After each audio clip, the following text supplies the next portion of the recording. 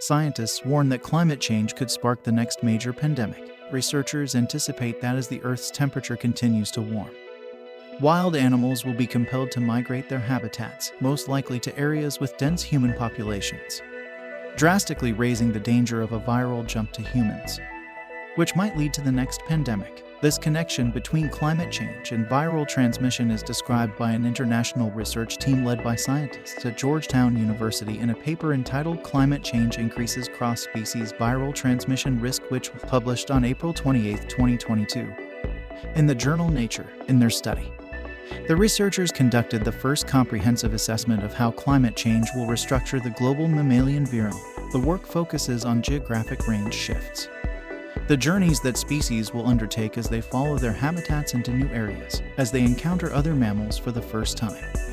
The study projects they will share thousands of viruses. They argue that these shifts provide greater opportunity for viruses such as Ebola or coronaviruses to emerge in new places, making them more difficult to track, and into new types of animals, making it easier for viruses to jump across a stepping stone species into humans. The closest analogy is actually the risks we see in the wildlife trade, says the study's lead author Colin Carlson, Ph.D., an assistant research professor at the Center for Global Health Science and Security at Georgetown University Medical Center. We worry about markets because bringing unhealthy animals together in unnatural combinations creates opportunities for this stepwise process of emergence. Like how SARS jumped from bats to civettes, then civettes to people, but markets aren't special anymore in a changing climate. That kind of process will be the reality in nature just about everywhere. Of concern is that animal habitats will move disproportionately in the same places as human settlements, creating new hotspots of spillover risk. Much of this process may already be underway in today's 1.2 degrees warmer world, and efforts to reduce greenhouse gas emissions may not stop these events from unfolding. An additional important finding is the impact rising temperatures will have on bats, which account for the majority of novel viral sharing.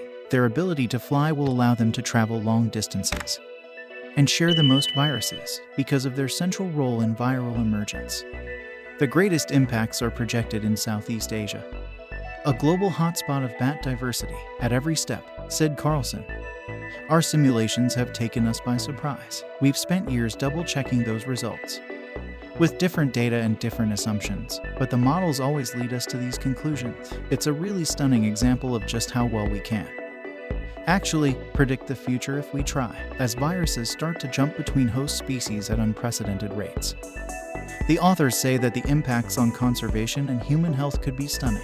This mechanism adds yet another layer to how climate change will threaten human and animal health, says the study's co-lead author Gregory Albury, Ph.D., a postdoctoral fellow in the Department of Biology in the Georgetown University College of Arts and Sciences. It's unclear exactly how these new viruses might affect the species involved, but it's likely that many of them will translate to new conservation risks and fuel the emergence of novel outbreaks in humans altogether.